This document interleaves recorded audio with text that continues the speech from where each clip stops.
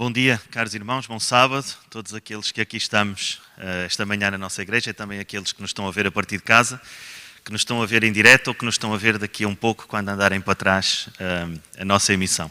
Espero que estejam bem dispostos, que estejam felizes. Quando nós vemos tudo aquilo que acaba de passar no boletim missionário, algumas daquelas coisas já nos parecem um bocadinho longe e ainda bem, não é? Significa que às vezes precisamos de ver como é que as coisas foram mais difíceis atrás para vermos como hoje já estamos um bocadinho melhor e esperamos que a seguir um bocadinho melhor. E graças a Deus por muito do trabalho que a Igreja tem feito e hoje vimos em particular a ADRA nestes momentos difíceis que nós atravessamos.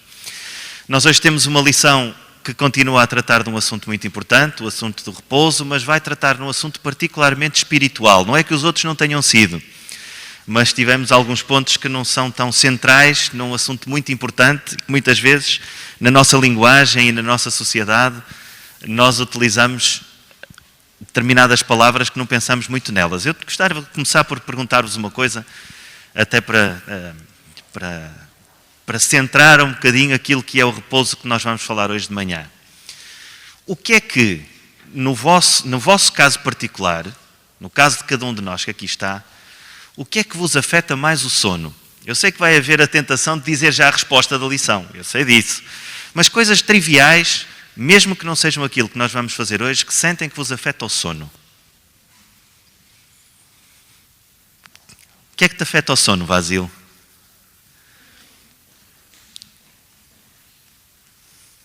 Quando é que dormes pior? Quando trabalhas muito. Porquê?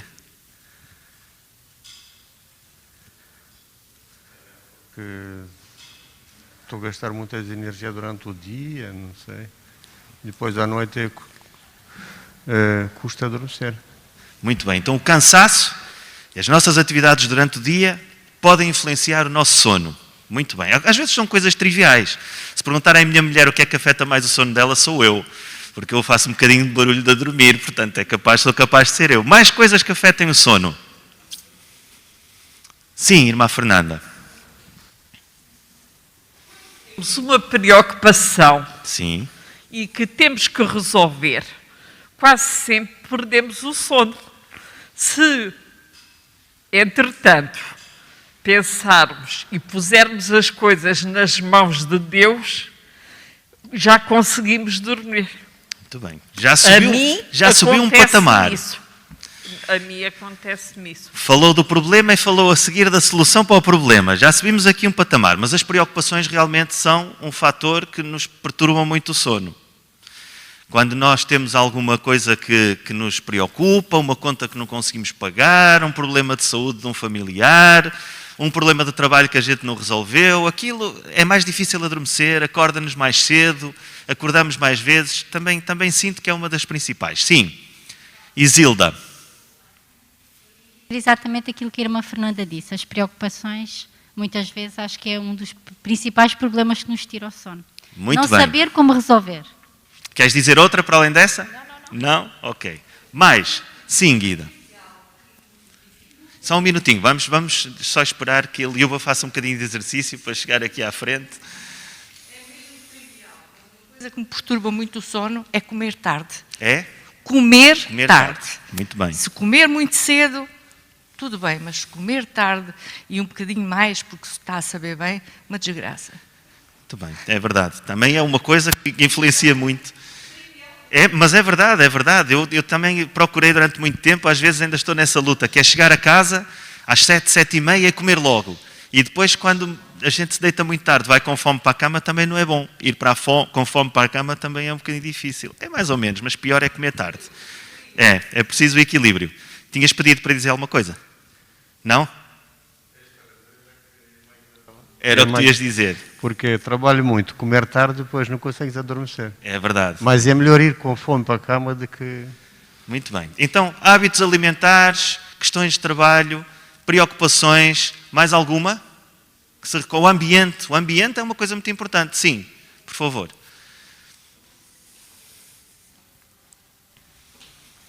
Há um fator que é mais ou menos evidente, que é a pessoa sentir dores. Dores? Sim. Muito bem. Portanto, ir desconfortável, é isso, exato, não é? Fisicamente. Exato. A pessoa tem dificuldade a adormecer porque não está a conseguir encontrar uma posição de conforto para dormir devido a ter dores. Muito bem, obrigado. E os fatores ambientais também são importantes, não é? Se está muita luz, se está muito barulho, se a janela está aberta, se os vizinhos fazem barulho, também é importante a gente pensar nessas questões. Mas eu estou a fazer esta pergunta para chegarmos a uma que nós utilizamos muito no nosso dia-a-dia e que normalmente não é uma coisa que nós pensemos que influencia muito o nosso sono. E vocês já sabem onde é que eu quero chegar. Nós ouvimos muitas vezes as pessoas dizerem uma frase, se calhar até nós já a utilizamos muitas vezes.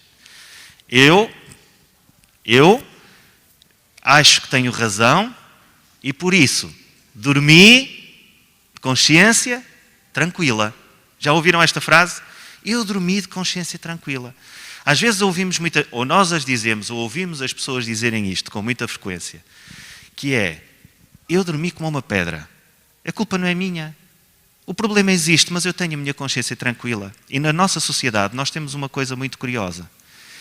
É muito frequente nós detectarmos ou termos a percepção, ou termos a certeza até que alguém cometeu um erro, até pode ser um crime, ou pode ser um erro, ou pode ser alguém que se aborreceu com alguém que não tem razão, e que mesmo assim nós conseguimos ouvir a pessoa dizer, eu estou de consciência tranquila. Já ouviram isto?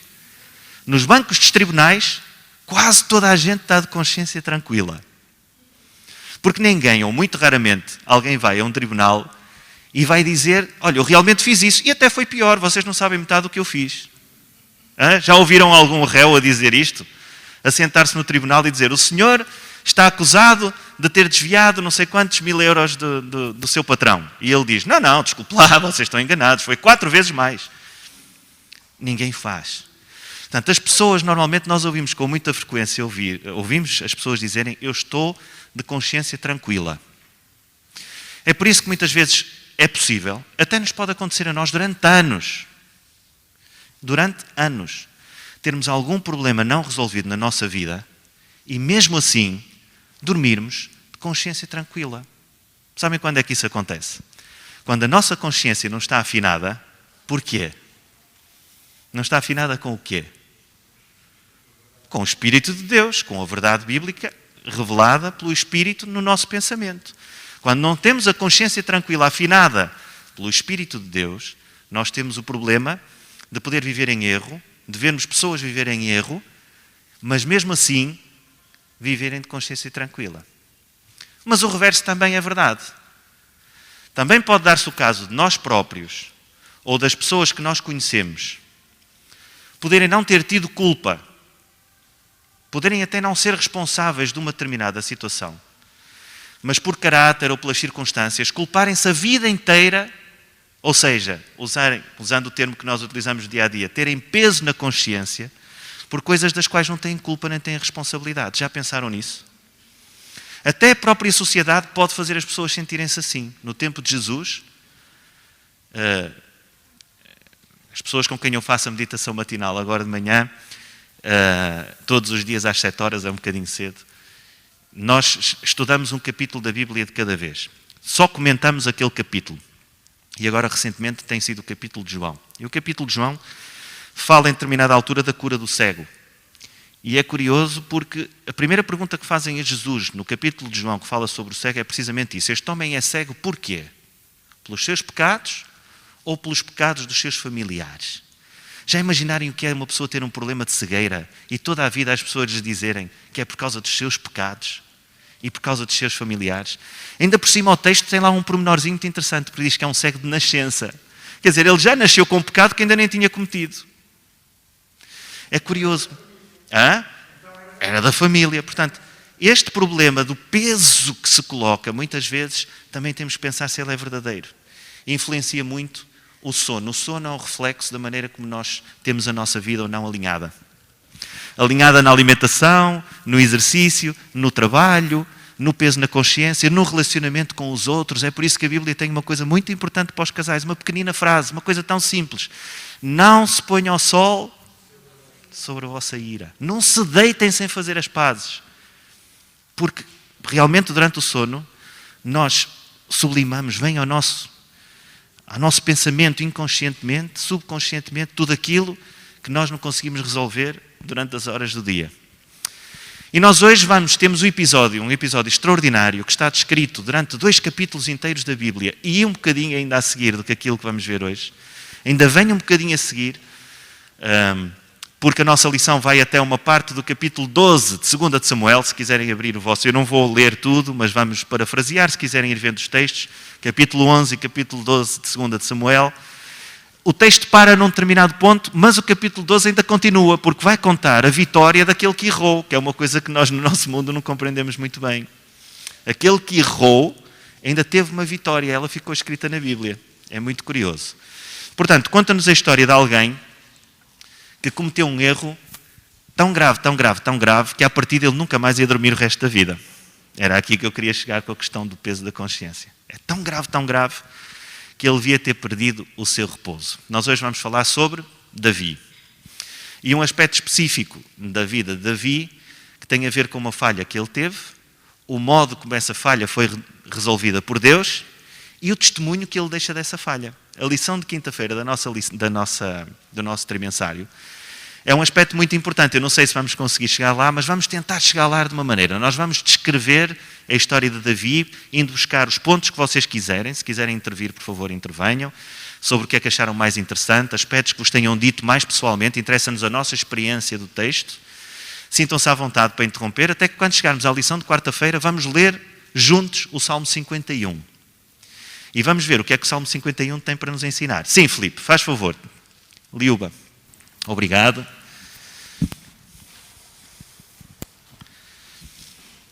Posso já começar? Sim, faz favor. Filipe, é logo do início. Embora. Logo os primeiros 5 versículos do capítulo 11. Quando descreve o contexto em que tudo se inicia, não é? Nunca me esqueço, e até tinha tomado nota, de uma frase que uma vez ouvi num culto de um pastor que falou acerca deste episódio. E ele dizia: uma mente ociosa é uma oficina de Satanás. Esta frase tem muito que se lhe diga. Uma mente ociosa é uma oficina de Satanás. Satanás aproveita sempre daquele que diz que não tem nada que fazer. Quando não ocupa a sua mente com Cristo, ela não pode estar desocupada. Se não é um ser que ocupa, é o outro. Se não é o Criador, é a criatura. E se é a criatura, pode ser muito, muito, muito mau, como foi na história de David. Sim, Guida. Ele tinha que fazer, ele tinha onde estar. É verdade. Só Onde que devia ter estado. Relaxou. Então vamos fazer aqui uma coisa, se vocês concordam. Vamos contar a história. Eu não tenho a certeza absoluta de todos os que aqui estamos e os que estamos em casa. Lemos os capítulos. Eu vou-vos dizer uma coisa, eu digo sempre isto. Eu não posso desvalorizar o nosso trimensário. É muito importante, porque o trimensário tem perguntas e comentários que valorizam o nosso estudo. Mas, se lemos o trimensário sem ler o capítulo 11 e 12 de 2 de Samuel e o Salmo 51, perdemos um bocadinho de tempo. Eu aconselho a que o possamos fazer ainda hoje. Ler o capítulo 11, ler o capítulo 12 e o Salmo 51. É um bom exercício para um sábado à tarde. Vamos contar a história, mas vamos interromper a história de cada vez que acharmos que vale a pena refletir sobre isso. E interrompam, por favor, tal como o Filipe e a Guida fizeram agora, porque se eu me entusiasmo, por favor, interrompam quando houver alguma coisa de especial. Vamos pensar quem era este homem. Davi era um rei no seu apogeu. Nunca o reino de Israel tinha tido tanta força, tinha tido tanto território. E chegou a primavera. Diz-nos o texto logo de início que a primavera é o momento em que se fazem as guerras. É curioso porque nós não pensamos muito bem, não associamos a primavera à guerra, pois não. Nós associamos a primavera a coisas mais interessantes, ao despontar da natureza, aos dias ficarem mais longos. Era um momento propício depois do inverno para Davi cumprir a função que Deus lhe tinha dado. É o que a Guida estava a dizer com muita razão. Davi devia ter cumprido a função que Deus lhe tinha dado. E a função que Deus lhe tinha dado era de conquistar o território, os povos, que já tinham chegado ao limite da paciência de Deus sobre eles, entre os quais os povos de Amon, os amonitas. E, portanto, naquela manhã Davi devia estar a liderar os exércitos, em vez de ser Joabe, o seu general, devia estar a liderar os exércitos naquilo que tinha sido o papel que Deus lhe tinha dado. Mas naquela bonita manhã de primavera, o Davi levantou-se e foi passear para a sua mansarda, para o seu ponto superior do seu palácio.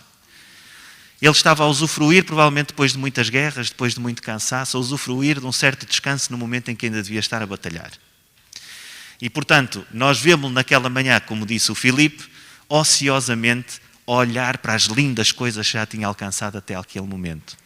Porque, ao imaginarmos a cena, ele está a olhar, no fundo, para aquilo que é o seu reino. Com certeza pensava que bom já ter chegado até aqui, já ter pessoas que possam batalhar em meu lugar, que possam travar as batalhas, já estamos a ficar mais seguros, mais ricos. E no momento em que está a ter estes pensamentos e a passear de manhã, o que nós vemos é que o olhar dele vai diretamente, provavelmente, a uma jovem, Batseba, que está dentro de sua casa. As casas não teriam grandes reposteiros, nem janelas, nem essas coisas todas, a banhar-se. E quando ele olha, vai cobiçar aquela jovem.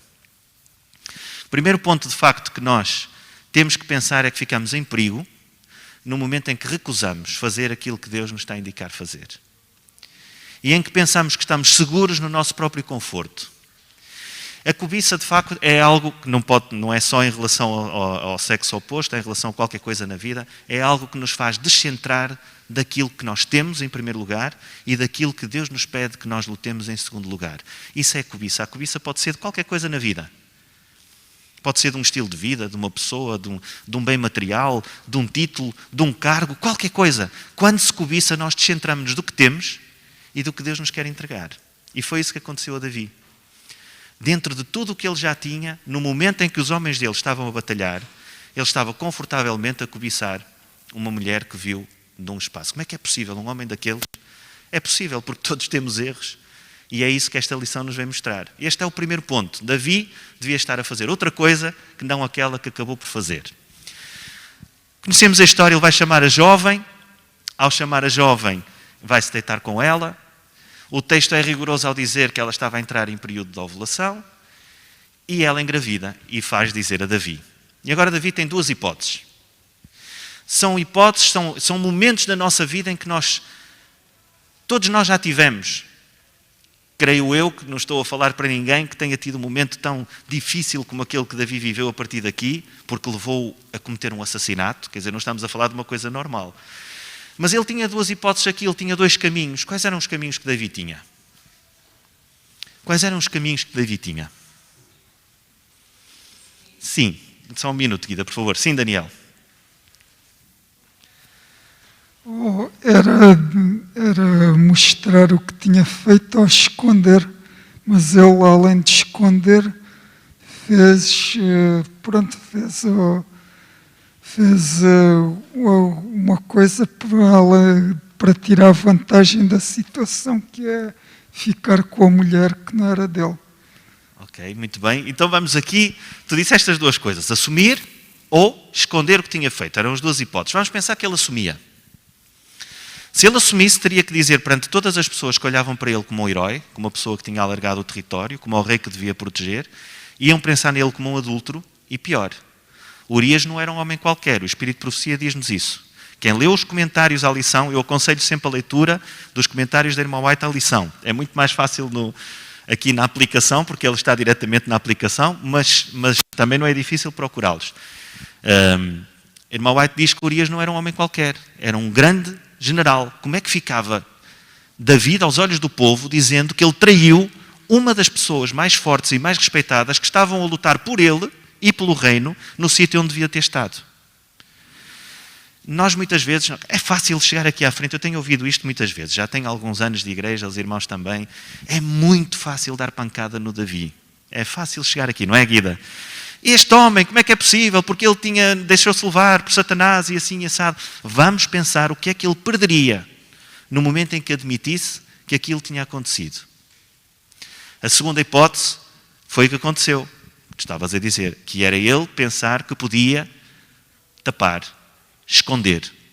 Mesmo esconder não ia ser fácil, porque alguém foi buscar aquela jovem e a fez entrar no palácio. A própria jovem sabia o que é que aconteceria. Tinha que ser de uma forma que não deixasse dúvidas, pelo menos àqueles envolvidos, de que aquele filho era do seu marido. Isto é ardiloso. Então o que é que ele faz? Vai mandar chamar Urias. Diz ao general, o Joabe, para mandar chamar Urias. Na nossa vida, meus queridos irmãos, todos nós, num ou noutro ponto, com certeza não tão grave como este, já tivemos opções como esta. E a pergunta que eu me faço e que também deixo para cada um de nós fazer é se alguma vez tivemos a tentação, ou efetivamos mesmo o caso, de procurar fazer com que as pessoas, em geral, não perdessem a ideia de nós pelo nosso erro. Era esse o medo de Davi. Como é que eu vou ser rei? E às vezes até pode ser uma razão de Estado. Eu vou começar uma guerra civil no meu reino por causa deste erro. Vou ter Urias a queixar-se de mim, a causar um problema ao povo no momento em que eu estou melhor. Estão a ver, irmãos? Há momentos difíceis em que, às vezes, a razão até nos pode levar a querer fazer o que parece errado aos nossos olhos. Esconder, proteger, arranjar maneira. Mas à medida que as mentiras vão somando, as coisas vão ficando cada vez mais difíceis. E Davi fez muito pior do que aquilo que tinha feito. Não aos olhos de Deus, eu não estou aqui a graduar pecados, eu estou a dizer, como ato de homem, ele foi piorar, porque somou ao seu adultério a mentira, mais. Até fala aqui em 8, eu não vos contei todos, mas são uma série de coisas que ele fez. A cobiça, a mentira, o matar, o adulterar, uma série de coisas que são feitas por causa de um único momento em que não conseguiu pôr o travão ao seu pensamento. Davi vai chamar Urias. Diz a Joabe para o enviar e o Urias obedientemente vem ter com Davi. Vocês conhecem a história, não é? Há um momento aqui muito curioso, porque ele diz, vai-te deitar com a tua mulher, tu estás a guerrear, estás a fazer muito bem. A gente imagina a conversa, tu és um bom soldado, vais comer e beber e agora vais te deitar com a tua mulher. O que é que Urias fez? Tem aqui uma coisa extraordinária. Ele ficou, como diz o texto, aonde? Mas o que é que ele fez? Ficou aonde? Onde é que ele dormiu nessa noite? À porta de quem? À porta? Da sua casa?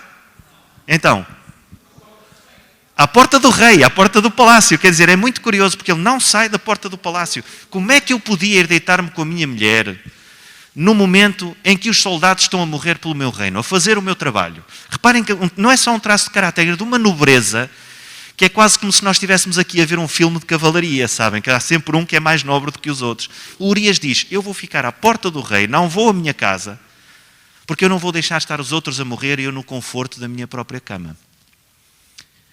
Eu imagino se o David já teria a consciência suficientemente afinada para pensar, este homem está a fazer, como coronel, aquilo que eu devia ter feito como rei. E mesmo assim ainda não foi isto que o fez despertar. Já pensaram nisto? No momento em que Urias diz isto, ele devia ter pensado, ele está a fazer o que eu devia ter feito. E mesmo assim a sua consciência não o deixou fazer o que era correto. Então, há um momento aqui muito curioso que isto tudo tem a ver com o sono, sabem? Foi por isso que eu comecei. Porque reparem numa coisa extraordinária. Há um homem que cometeu um pecado, que está a dormir na sua própria cama em vez de ter ido guerrear e que com certeza não deve ter tido uma noite tranquila. Essa noite o David não deve ter dormido a pensar não no que tinha feito, mas como é que agora ia resolver o problema, porque Urias não se tinha ido deitar com a sua mulher. E temos ali um soldado que tinha chegado da guerra, que podia ter ido a casa, estar com a sua família, podia ter descansado, e provavelmente teve um sono tranquilo à porta do rei. O rei que pecou e estava na sua própria cama não deve ter dormido. O soldado que fez o que era correto e dormiu no chão à porta do rei deve ter tido um sono tranquilo. Então, no fundo, meus queridos irmãos, o que é que nos dá esta consciência livre de poder nos deitar todos os dias com a noção de que fizemos o que era correto? O que é que nos dá um bom sono? Sim, Inês. Elabora. Como é que nós alcançamos a paz com Deus?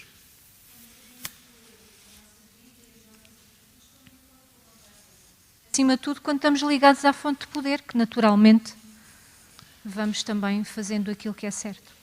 Muito bem. A paz com Deus, ao contrário do que muitas vezes nós pensamos, meus queridos irmãos, não é só, é principalmente o relacionamento com eles, mas o relacionamento com eles, com Deus, só previne o erro.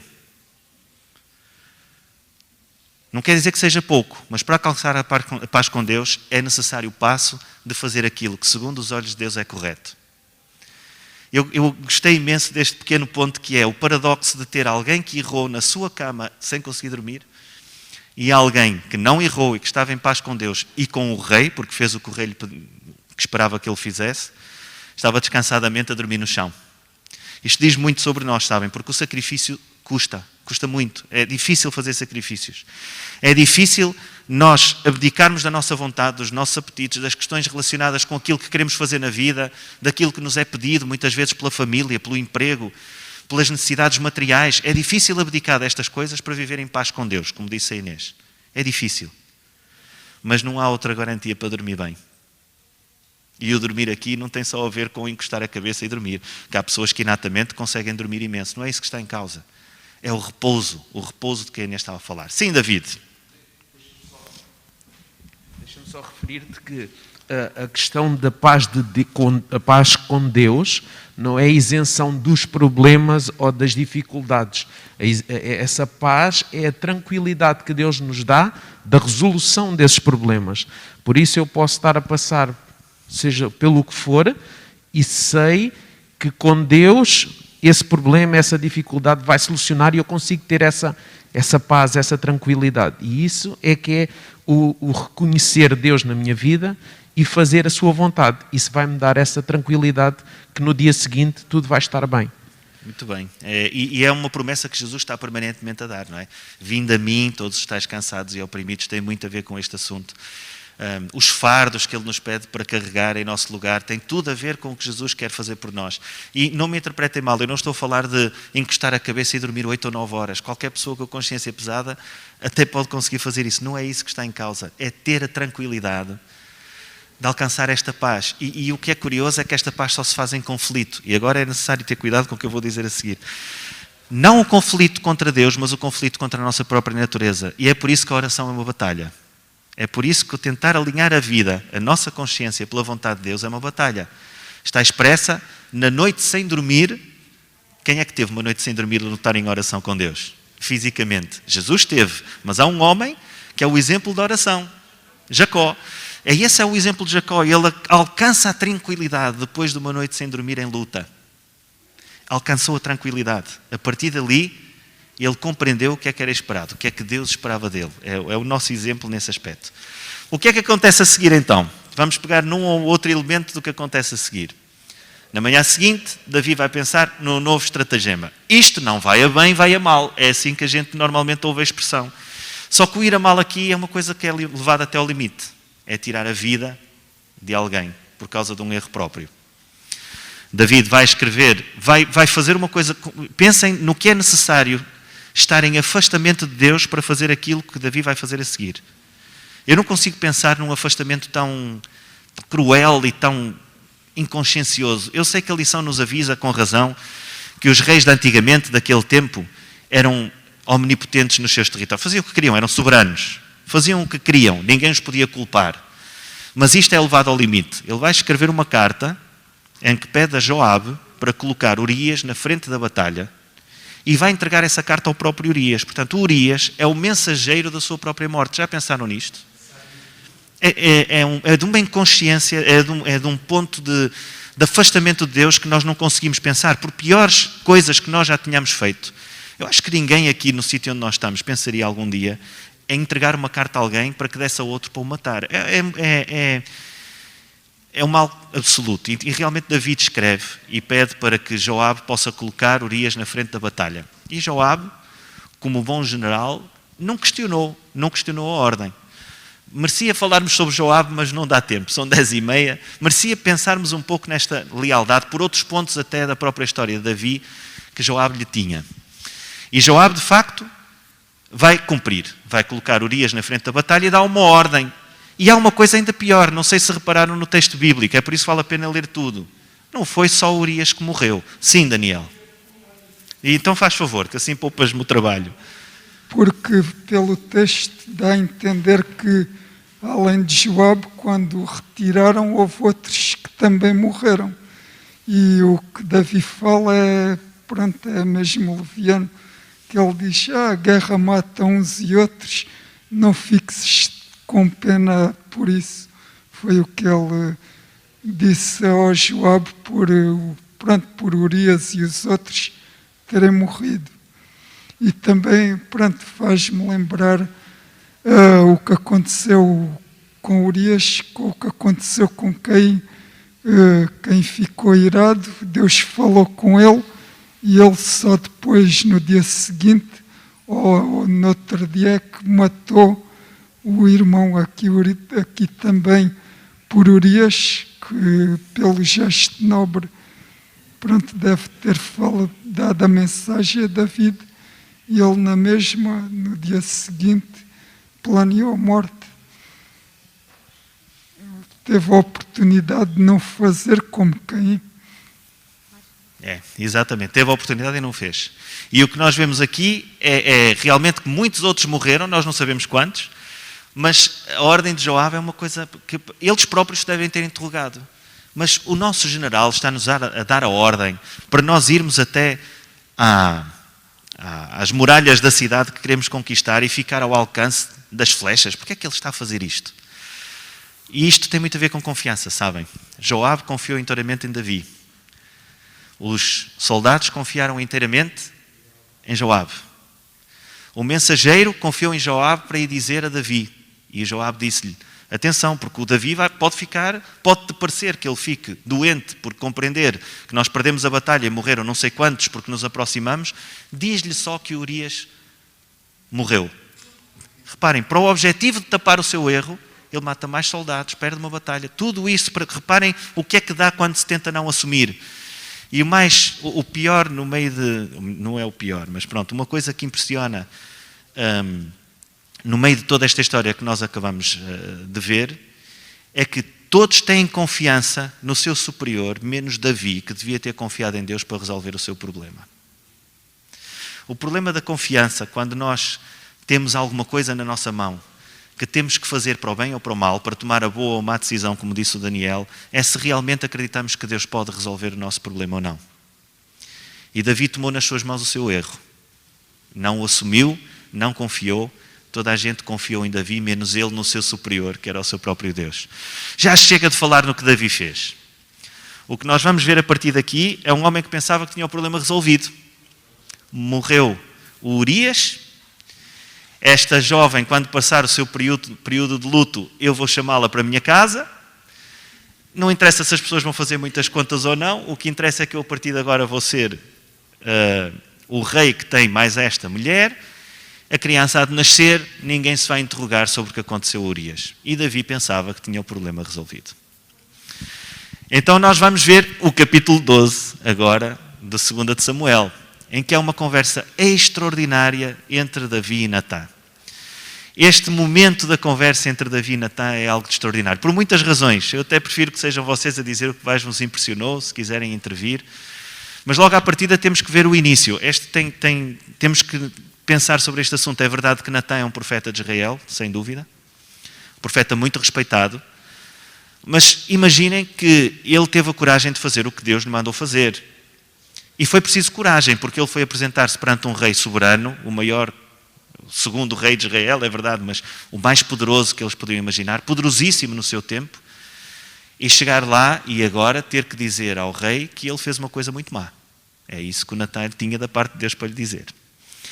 E vai utilizar uma coisa muito importante, que é uma coisa que eu penso que na Bíblia nós vemos com muita frequência e que na nossa vida acontece da mesma maneira. Deus não quer que as pessoas cheguem às conclusões sobre os seus erros, os seus pecados, sem ser através da sua própria consciência. Não tinha sido difícil a Deus dizer a Natã,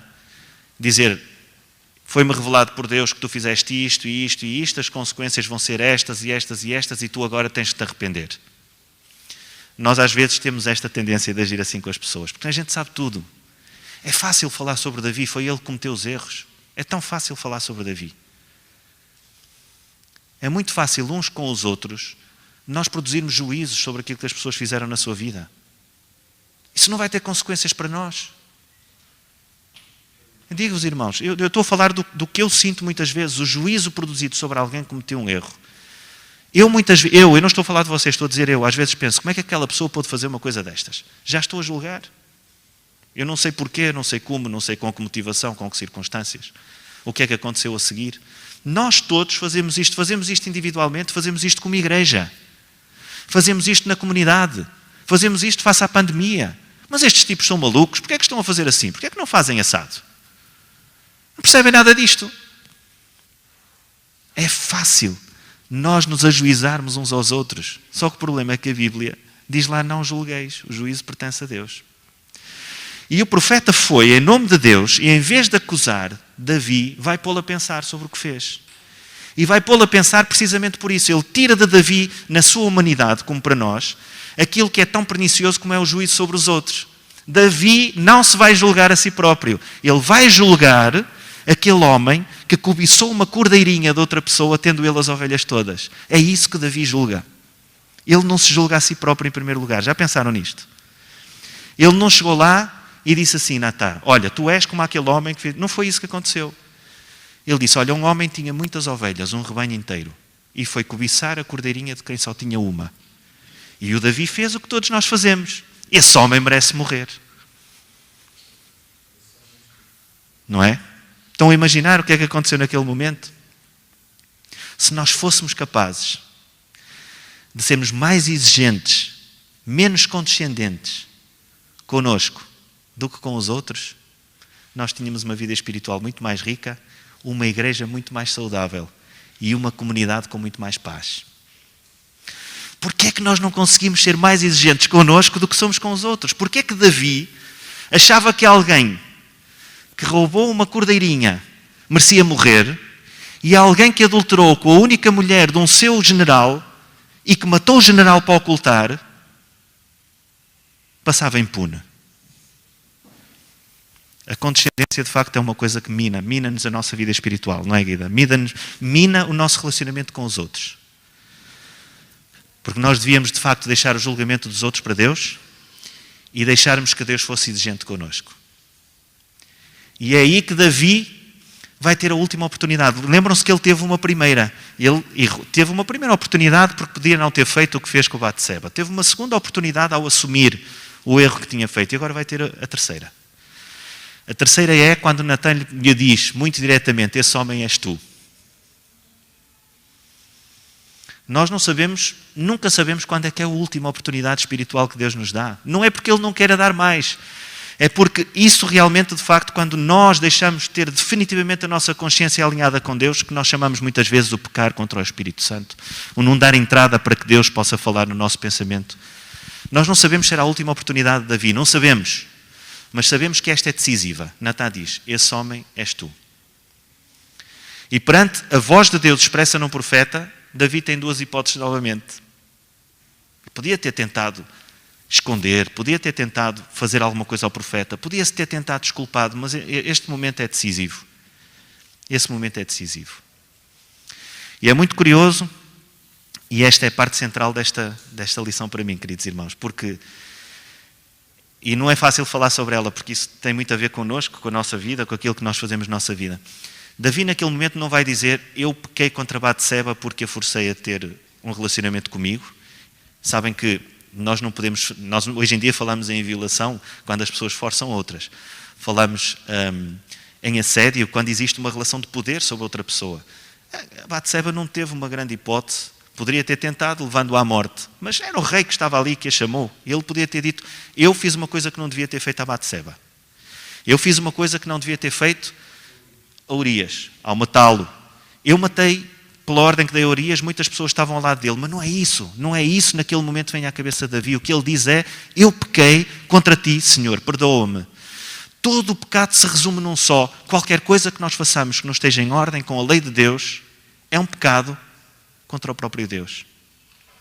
Isto é a essência do que Davi está a dizer naquele momento. Não é só o assassinato, a mentira, a cobiça, o adultério. Todas essas coisas que ele fez não foi contra os homens somente, foi também contra Deus. E é nesse momento que Davi, por causa da interpelação que Natan estava a ter pela inspiração do Espírito, toma consciência de quem verdadeiramente é. Eu sou alguém que pequei contra o meu Deus. Isto é tão mais grave quanto ele sabia que tinha sido ungido pela mão de Samuel. Ele não era uma pessoa qualquer. Ele tinha sido ungido. Hoje cada um de nós não foi diretamente ungido. Alguns têm uma ordenação. como anciãos, uma imposição de mãos, é um assunto muito importante. Sem dúvida nenhuma. Muitas vezes nós temos a tendência de exigir às pessoas que têm cargos de liderança, que são ordenados, que são pastores, são anciãos, são diáconos da igreja, uma posição diferente que nós próprios temos na nossa vida. É verdade que publicamente isso existe, não se pode negar isso. Mas o apóstolo Pedro diz-nos que o sacerdócio é de todos nós. Nós somos representantes de Deus perante o mundo, não porque somos mais do que as outras pessoas, mas porque temos uma responsabilidade. Pode não ser uma unção com azeite como aconteceu com Davi, mas cada um de nós tem um poder que lhe é dado pelo Espírito Santo e tem uma autoridade que lhe é dada por Deus para o representar em termos de caráter perante todas as outras pessoas. E Davi tomou consciência que tinha falhado.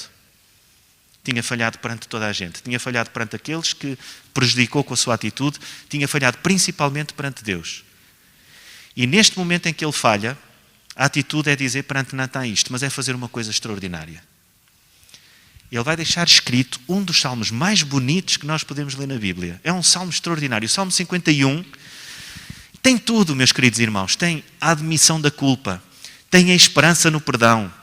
Natã, inclusivamente, vai-lhe dizer algo que é extraordinário. E vou-vos dizer, para mim pessoalmente, a Guida sabe, é das únicas pessoas nesta sala que sabe o que eu vou dizer a seguir. A mim pessoalmente é uma coisa que me diz muito, sabem? Porque nós, mesmo no nosso pensamento, quando alguém erra, nós tomamos muitas vezes o lugar do próprio Deus ao exigir a imediata reposição. E que seja público aquilo que a pessoa fez. Porque é importante para nós termos a percepção de que há um voltar atrás, um retomar do caminho com Deus depois do erro. Nós exigimos quase isso para percebermos que a pessoa se arrependeu. Já pensaram nisto? Quando alguém nos faz algum mal, nós perdoamos, mas queremos a reposição de como as coisas estavam. E esquecemos que num pecado que não pode ser reposto, essa reposição só é feita por Cristo. Já não era possível que Urias voltasse à vida, que aqueles homens voltassem à vida, que aquele casamento de Urias e de Batseba voltassem a ter lugar. Isso já não era possível. A única reposição Davi já não a podia fazer. Só tinha que confiar numa projeção daquilo que ia acontecer no futuro, que era a morte de Cristo. É por isso que ele fala no Ísopo.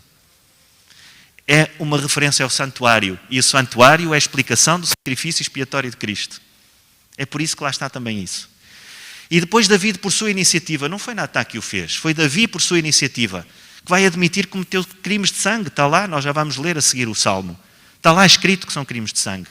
Ele utiliza o seu próprio erro como uma forma de testemunho. E quer dizer a todas as pessoas, não é só aqueles que estavam lá naquele momento, é nós hoje que vamos ler este Salmo para finalizar a lição. Ele está-nos a dizer a nós hoje que tem um Deus que é muito maior do que qualquer pecado que ele tivesse cometido. Esta é a lição principal do Salmo 51. A confiança que Davi tem neste Deus maravilhoso que o perdoou todos os pecados que ele cometeu. E Natã disse-lhe diretamente, estás perdoado. Mesmo Davi teve naquele momento a noção de que estava perdoado. Nós muitas vezes parece que exigimos que as pessoas andem uma vida inteira a pagar por aquilo que fizeram no passado. Mas Natã disse a Davi, tu estás perdoado. Ele teve a certeza do perdão naquele momento. A libertação que é causada naquele momento a Davi é uma prova de amor extraordinária dada através de Natã por Deus. E falo entrar o centro da lição, no repouso. Nós só conseguimos o repouso quando atingimos o perdão. Nós só atingimos o perdão quando nos arrependemos. Nós só nos arrependemos quando admitimos. E só admitimos quando deixamos que o Espírito Santo nos apela à consciência. Sim, David.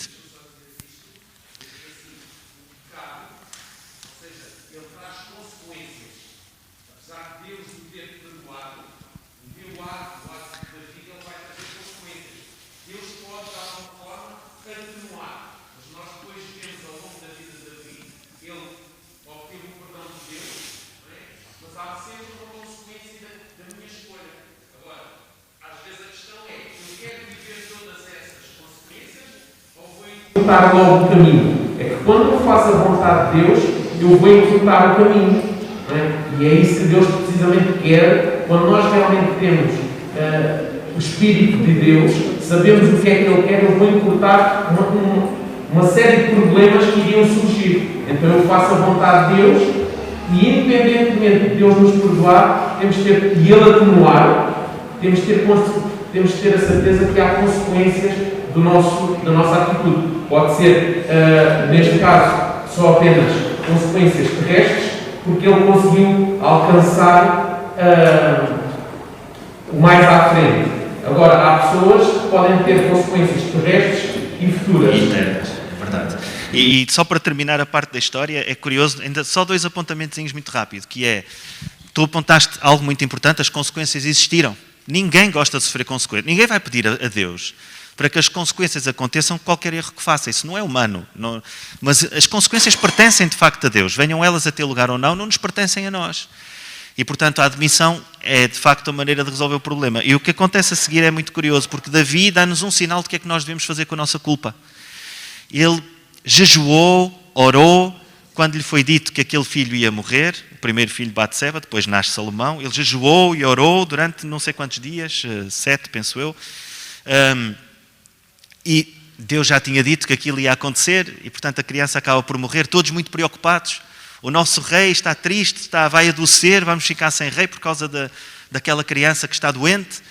E no momento em que a criança morre, Davi aceitou aquilo que foi a consequência da parte de Deus, parou o seu jejum, aceitou, compreendeu e avançou.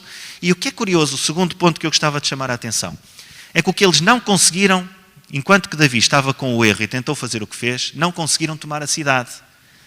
E o capítulo 12 de Samuel acaba assim. Acaba com ele a liderar os exércitos, como devia ter feito no início, e eles vão à cidade e tomam-na. Deus dá uma vitória a Davi, apesar do seu erro. As consequências foram públicas, mas a vitória não deixou de vir porque ele errou. Quando nós erramos, meus queridos irmãos, nós não hipotecamos completamente a nossa vida futura, espiritual, eterna, a nossa vida terrena. Só está hipotecada se nós não voltarmos a agarrar a mão de Deus. Nós só podemos ser guiados pela mão de Deus. E é Ele que diz aquilo que nós temos que sofrer como consequências desse erro, por um lado, mas também é Ele que nos garante que nós podemos ter a vida espiritual vitoriosa se seguirmos aquilo que é o seu caminho. É assim que o capítulo 12 de Samuel termina. Sim, Guida.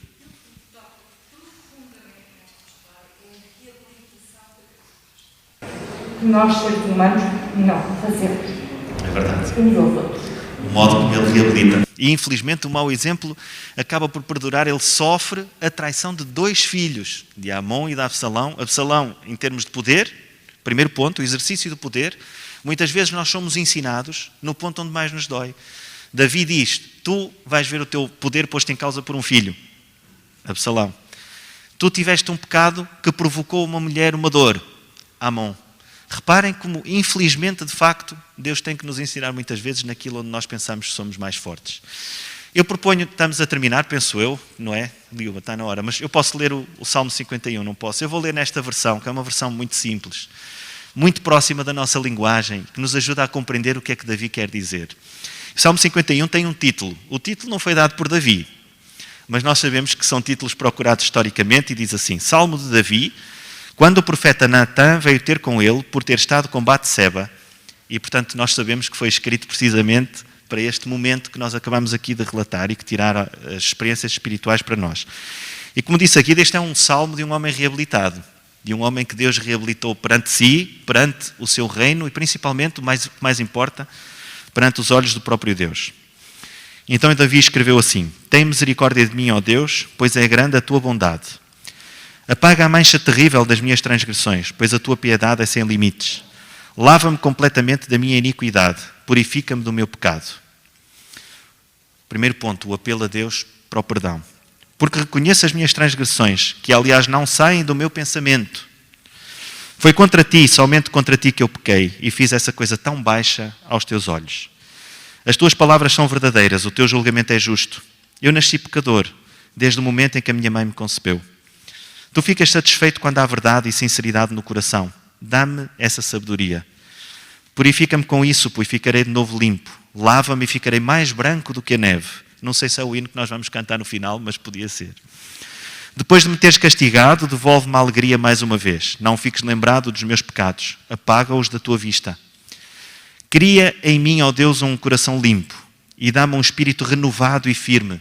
A lição chama a atenção desta palavra do criar. É a mesma palavra que está no livro de Gênesis. Criar é criar a partir de uma coisa que não existe. Um homem novo não existia. Diz a palavra bará. Deus cria um homem novo em Davi que tenha um coração limpo. Não me afastes da tua presença, não me prives do teu Santo Espírito. Dá-me novamente a alegria da tua salvação. Quero obedecer-te decididamente. Poderei assim ensinar os teus caminhos aos transgressores e os pecadores voltar-se-ão para ti. Não me condenes à morte, meu Deus, só tu me podes livrar. Cantarei intensamente a tua justiça. Senhor, abre os meus lábios e a minha boca te louvará plenamente. Tu não te satisfazes com sacrifícios, senão eu os ofereceria de bom grado. Não estás interessado em holocaustos de animais. Para ti, o verdadeiro sacrifício é um espírito rendido a teus pés e arrependido. Um coração humilhado e magoado, tu não desprezarás, ó Deus. Abençoa a Sião segundo a tua boa vontade. Erige as muralhas de Jerusalém. Então te agradarás com os holocaustos oferecidos pelos justos e oferecerão novilhos sobre o teu altar. Que esta possa ser a nossa oração de aproximação a Deus, principalmente nos nossos momentos de luta espiritual mais difícil em que nós erramos. Que nunca nos esqueçamos que, apesar do trimensário, daquilo que aqui fizemos esta manhã de relembrar a história, ler as palavras da Bíblia é o mais importante. Um bom sábado a todos.